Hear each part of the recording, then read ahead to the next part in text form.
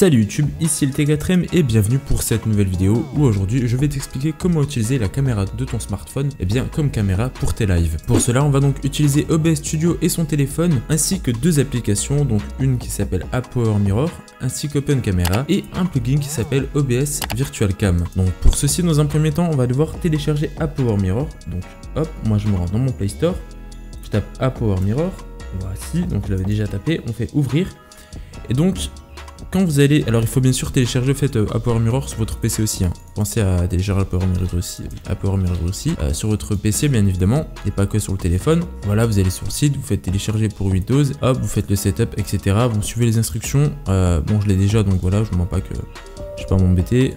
Oui, on va comme la réinstaller ensemble, là il n'y a pas de souci. Regardez, moi je l'ai déjà installé. Donc, vous pouvez faire installer maintenant, voilà, tout simplement. Ensuite, donc parcourir, etc. Français. Voilà, vous installez votre application, vous mettez là où vous avez envie. On fait installer.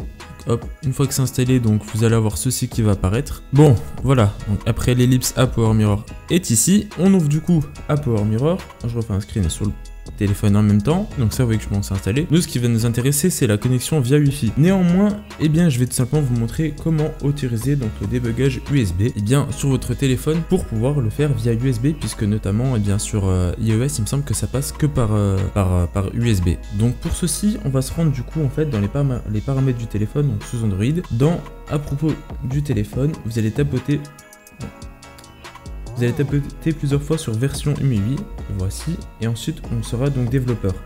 Ensuite on va se rendre dans paramètres supplémentaires, et là option développeur, et on va faire débugage USB qui est ici, on va le cocher, donc on va le faire de façon à ce qu'il soit fonctionnel pour que l'application puisse retrouver notre téléphone. Une fois que c'est fait, on se rend sur App Power Mirror, on fait redétecter, donc là on va chercher, hop, on se connecte du coup à l'app, on fait commencer maintenant et là vous voyez qu'on a du coup notre écran de téléphone qui s'affiche sur le PC. Donc ça c'était la première étape. Dans un second temps on va du coup se rendre dans mon dossier téléchargement, on va installer obsvirtualcam.exe, exécuter, j'accepte les conditions, next, installer pour une seule caméra virtuelle, next, installe. Là je vais faire quitter puisque j'ai OBS qui est déjà en cours d'utilisation pour enregistrer mon écran.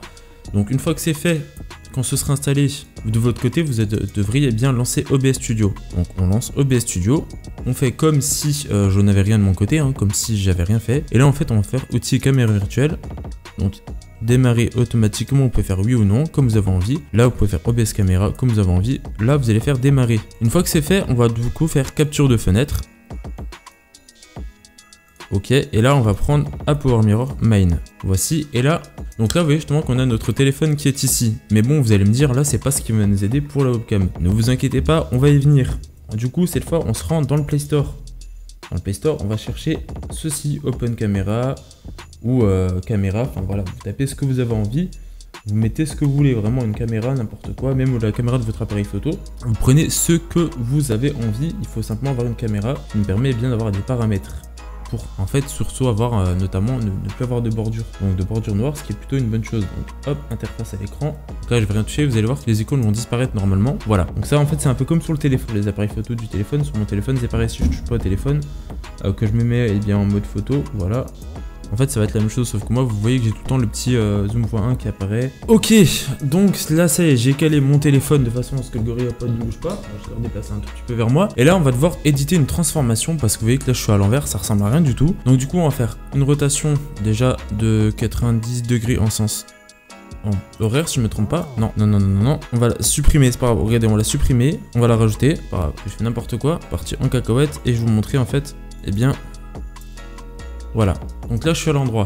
Ce qui nous intéresse du coup en fait nous c'est de diminuer déjà la taille de l'application et surtout de faire de façon. Donc là vous voyez que mon téléphone n'est pas stable, il n'est pas droit du tout. Nous ce qui nous intéresse en fait c'est que là on a du noir qui est affiché et c'est dégueulasse. C'est pas très compliqué, pour ça on va faire clic droit, filtre, plus, renier encadré. Ok, à gauche on renie 2300, 2400 pardon, allez 350, ça devrait passer, non 400. On renie 2400. À droite, on run 2500. Et là, on ferme. Et là, on peut réduire notre caméra comme ceci. On a donc notre téléphone qui nous sert de caméra, c'est stable, la qualité est plutôt bonne. Vous voyez qu'en plus, j'ai même pas mis mon éclairage, d'habitude j'ai un éclairage photo, j'ai rien allumé du tout. Donc c'est plutôt pas mal. Si vous avez en plus de ça une softbox, et ben c'est encore mieux parce que ça permet d'augmenter l'éclairage. Derrière, vous voyez que justement, je peux avoir un petit peu mon décor en fond, ce qui me permettra lors des live votes d'avoir quand même une vue assez agréable. Donc voilà, c'est plutôt une bonne chose. Après, à vous de mettre le téléphone comme vous en avez envie, d'utiliser un trépied ou non, vous faites vraiment ce que vous voulez. Donc pour faire un petit topo rapidement pour Power Mirror, et là voilà, donc j'ai l'application Open Camera. Donc du coup, pour faire un petit topo rapidement, on va faire ça très rapidement. Dans un premier temps, vous téléchargez Power Mirror sur téléphone et sur votre PC, vous installez l'application sur le PC et sur le téléphone, vous vous connectez via Wi-Fi ou via USB comme vous avez envie, comme vous préférez. Tout simplement, et bien pour l'autonomie de la batterie, comme vous préférez. C'est vrai qu'en Wi-Fi, et bien forcément ça laisse de la batterie.